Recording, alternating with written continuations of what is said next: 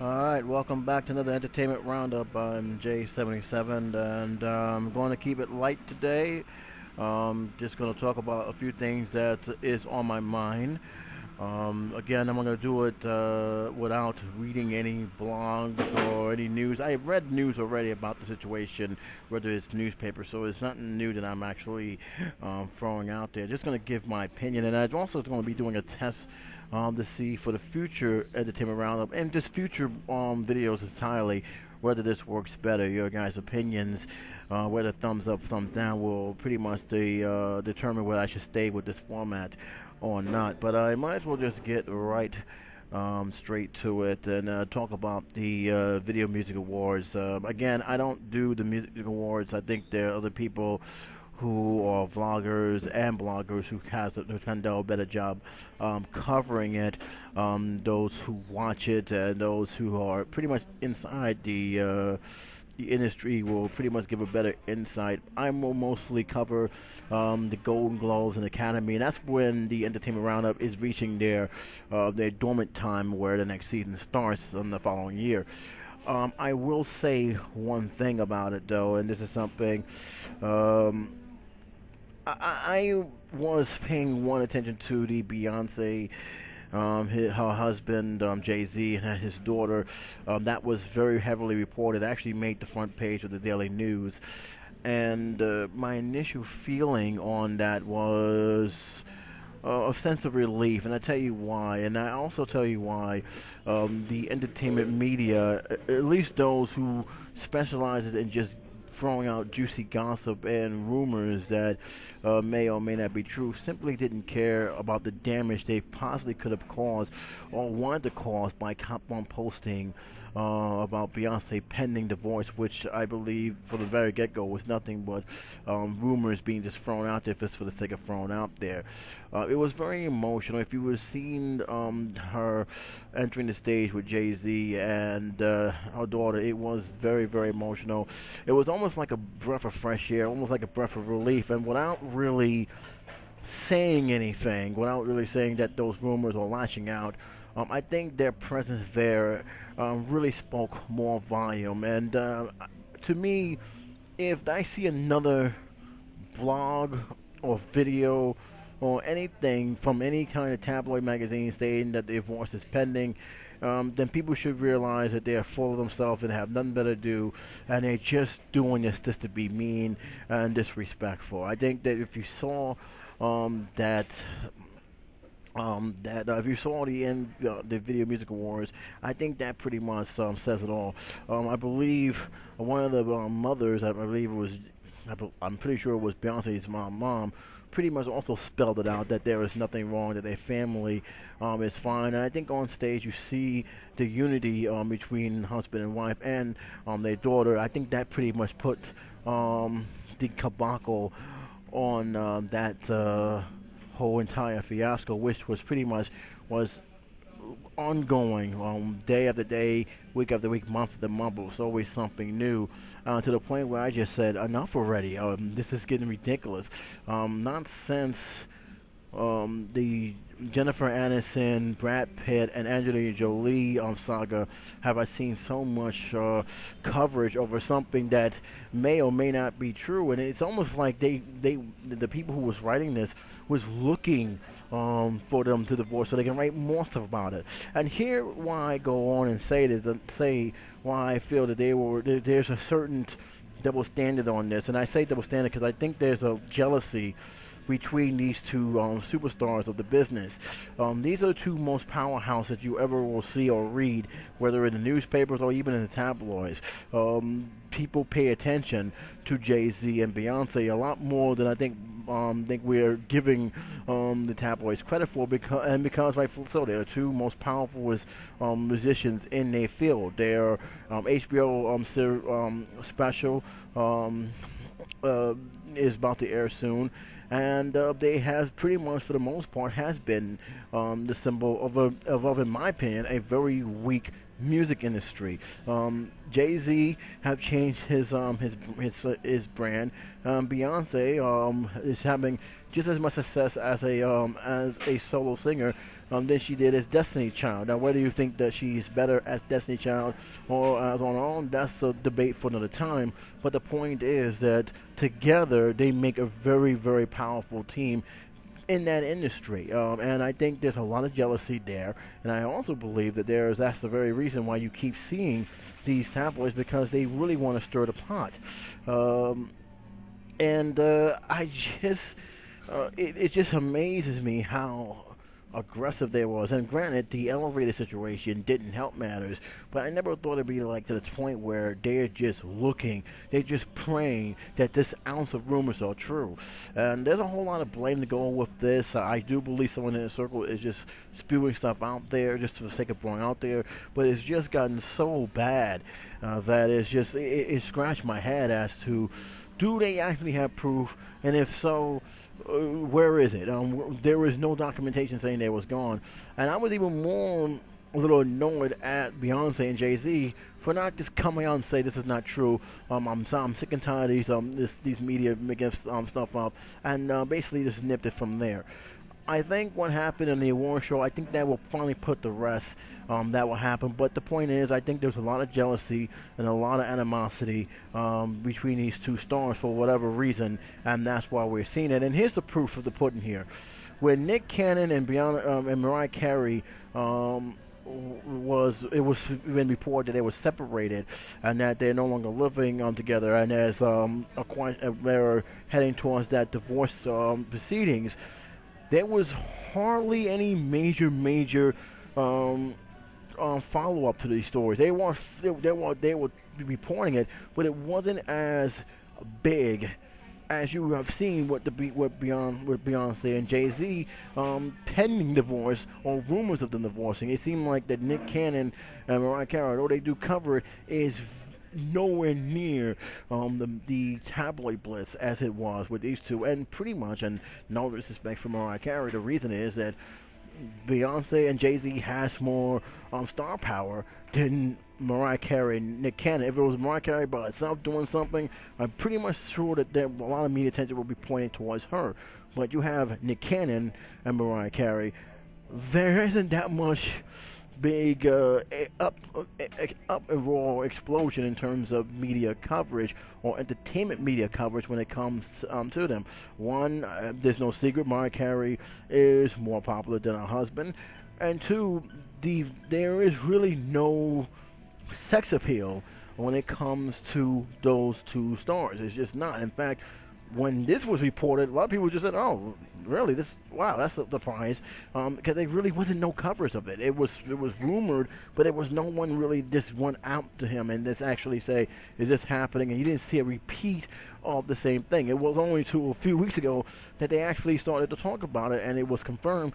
But after that, it started to slowly taper down, where you probably see here one or two talks about what Nick Cannon is doing, what Mariah Carey is doing, what they feel, what each other's feeling, but nowhere near the media blitz that Jay-Z and Beyonce have over something that is simply just a rumor. And it says a lot about the scrutiny, the jealousy, and the animosity that a lot of these tabloids have in terms of throwing something out there. And this is why, and when it comes to star powers, you have to be really careful with the magazines you read and information you read when it comes to these stars, because a lot of these tabloids don't always tell the truth. One of the things my college teacher always told me is you do not ever give information towards these magazines, because they're designed just to sell papers and spread gossip. They don't care if this is true or not. They just want to spread something out there because negativity and gossip sells to them. And this is pretty much true. Look at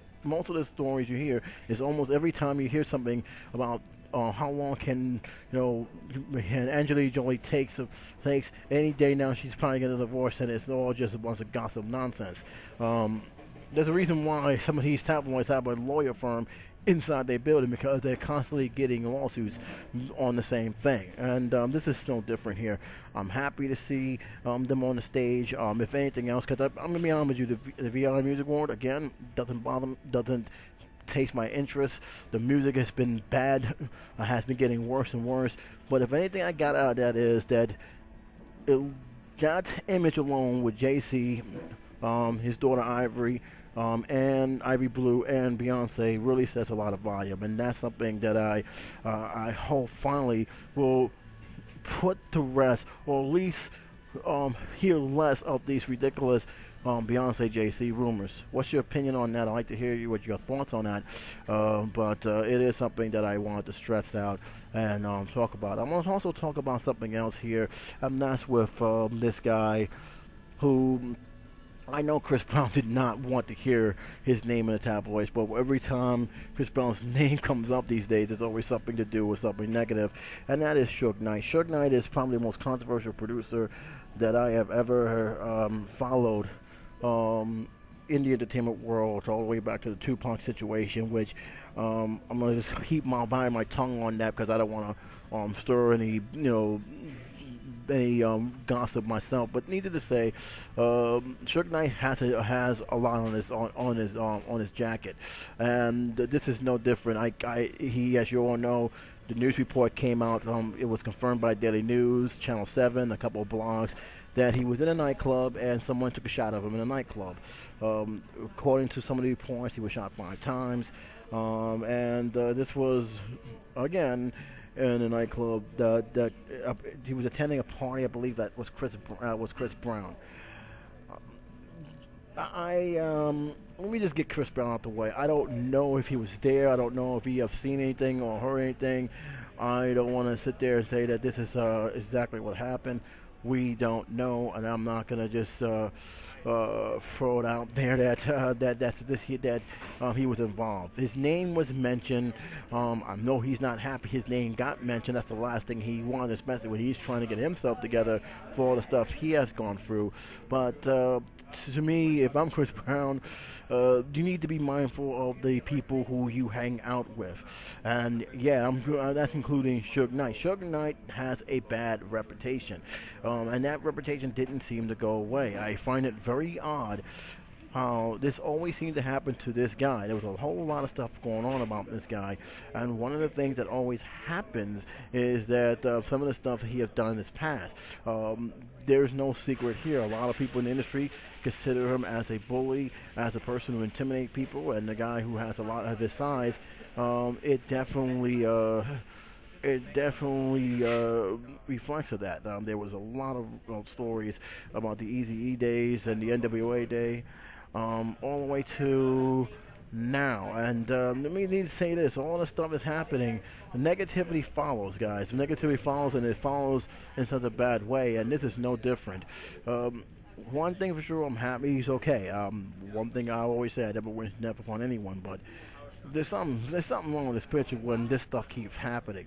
And I never forget when Tupac died, a person of mine, and I thought he was being cold at first, but I actually thought about what he said, and I was very saddened to hear that Tupac died. He said straight up, and probably most coldest face was Larry. I remember his first name. He said, if you live by the sword, if you live through thuggery and doing all this crazy stuff, and if you don't change the way you think, the way you portray yourself, you will eventually die by the sword. And he said that not only towards Tupac, but he said that towards Biggie as well. He basically said, if you live that lifestyle, preach that lifestyle, betray that lifestyle will come back to bite you. And I just thought he was being cold, he was being heartless. But now when you start seeing this years later, especially with Suge Knight, you got to wonder, has he actually changed in the last 10, 20 years? And if not, I'm a person, whether I'm a star or not, I don't want him around me because there's always a chance that that someone may take a shot at me because I'm with him, and that's the whole thing I want to clear up here. This is something that this guy negativity has never went away. We may not heard much from him because of the fallout with Tupac and how Death Row seemed to went to obscurity. But the point is, he still is a person in that business. He still is a producer. But you got to wonder, is his lifestyle, if what he has, all those stories about him, Death Row, the people who is associated with Death Row, is it true? How can anyone expect that kind of stuff not to happen? I just shake my head. I'm glad he's okay. I'm glad that he's making a cover, but this is not the first time. And If the stuff that got him in this situation is still occurs, then I can't see how a person, whether it's Chris Brown or any musician or any movie stars who want to associate with a person who has a violent history that continues to follow them. What do you think about that, guys? I actually want your opinion on that, because it is something of a big, uh, it's a big issue, and I think that it's something that I'm actually am curious on how you guys feel, especially those who are in the music business. Um, there was a story. I'm moving on. By the way, sorry. There was a story that was presented a while ago. I actually read up on it. I will leave a link to it. And the story is pretty much direct. And the story is about the Sopranos, and it also is about the possibility of Tony Soprano actually passed away in the ending of in the Sopranos series. I don't really care about it, but he did said no. A lot of people was very curious about the series. I got my own feeling about the series. I think the first two seasons were classic. The last couple was off and on.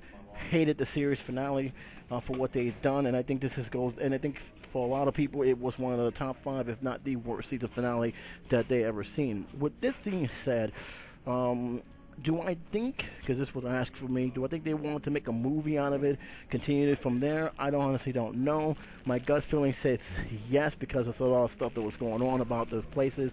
They wanted to keep it and preserve. But I think all that went by the wayside when George Gandolfini passed away. And I think now the only reason why he's actually talking about that ending is the fact that there's no way they can actually revive the series, at least into movie form, without this signature character.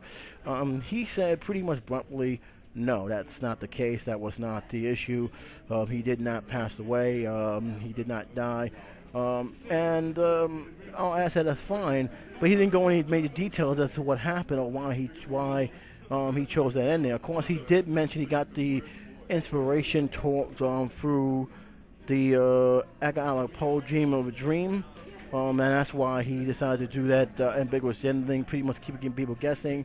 But in any case, he did answer the question that Tony isn't dead, Tony is alive, but what happened afterwards, which this is why I had a big problem, more so than that ending itself. What actually happened? Did his captain survive, who was left in a coma? What about his family members? What about the case against him that the FBI was trying to go after him for? So there's a whole lot of things that was not solved. This is what I had a problem with throughout the beginning of season 3, 4, 5. A lot of unsolved storylines that they just either forgot or just didn't know how to bring it back in the surface. So I was not a very happy camper once they did that finale, because I expected everything would be answered, and I honestly thought that he was going to die. I thought he was going to be down in the hands of the Russians after the events of season 3, or something was going to happen where someone he did not even think of got knocked out. So I was very surprised the way it is, and now hearing from the producer's mouth about that one question, I started to say, so what? so what? I think it's just a waste of time now. I just think people who kept asking for it, it's a waste of time. I mean, they're not gonna reboot the series. It's gonna pretty much, what we got is what we got, and I'm just pretty much ready to move on. And to me, even if he answers the question, it does not justify the fact that he should have finished it with the grand finale of The Sopranos, and that's all it is. I'll leave a link so you guys can read it, but to me, it didn't really, ease my my suspense of what really happened, because I frankly didn't care. Finally, guys, big movie day. Gallon in the Galaxy was a major hit. I did a review on that. Surprise flops is the Sin City 2, although that can change after week 2, who knows. But Sin City 2 didn't do too well. A lot of films didn't do too well this coming final leg of the series. But the important thing is, the film that everybody thought was going to be a bomb actually was not a bomb, and actually survived not only 1 week being in first place, but came back in the first place the following week. So that says a lot about the movie industry. This has been a great year for Marvel Comics, not so much for DC. That's because they didn't come out with nothing yet. They probably holding all their eggs in one basket, but this has been a phenomenal year for Marvel, and it's just the beginning. A lot of stuff is going to be changing. A lot of stuff is going to be happening, and I will be doing a rundown on some of the stuff that's going to be happening soon, so you guys can get on the bank. As for the Howard the Duck thing, I've been seeing a lot of stuff. I did check up on it because I actually was curious. That ending of that movie just blew my mind. So I just wanted to see if that actually was true. There's mixed messages, guys. I don't know if that's the next one or not. From what I understand from professional movie followers, those who are in the business, he might, and I say this, might make a cameo in either the Avengers or Guardians or a little bit of both. But don't expect him to be in anything anytime soon, especially during the course of Phase 2. There will be Emma Frost. I'm sorry. There will be the Scarlet Witch. And his brother, whose name escapes me, I don't know why. But that's gonna be a different storyline with different actors down the road. But to me, I wouldn't hold my breath too much of seeing a Howard the Duck full-length film. He may be a cameo. I have no problem with that. But full-length film, I'm gonna be shocked about. That's it for now, guys. As always, I'll leave links to some of the stories I have. And until then, Jazz, if you comment, let me know how you feel about the new format. Until next time, J77 saying take care, be safe, and I'll talk to you soon.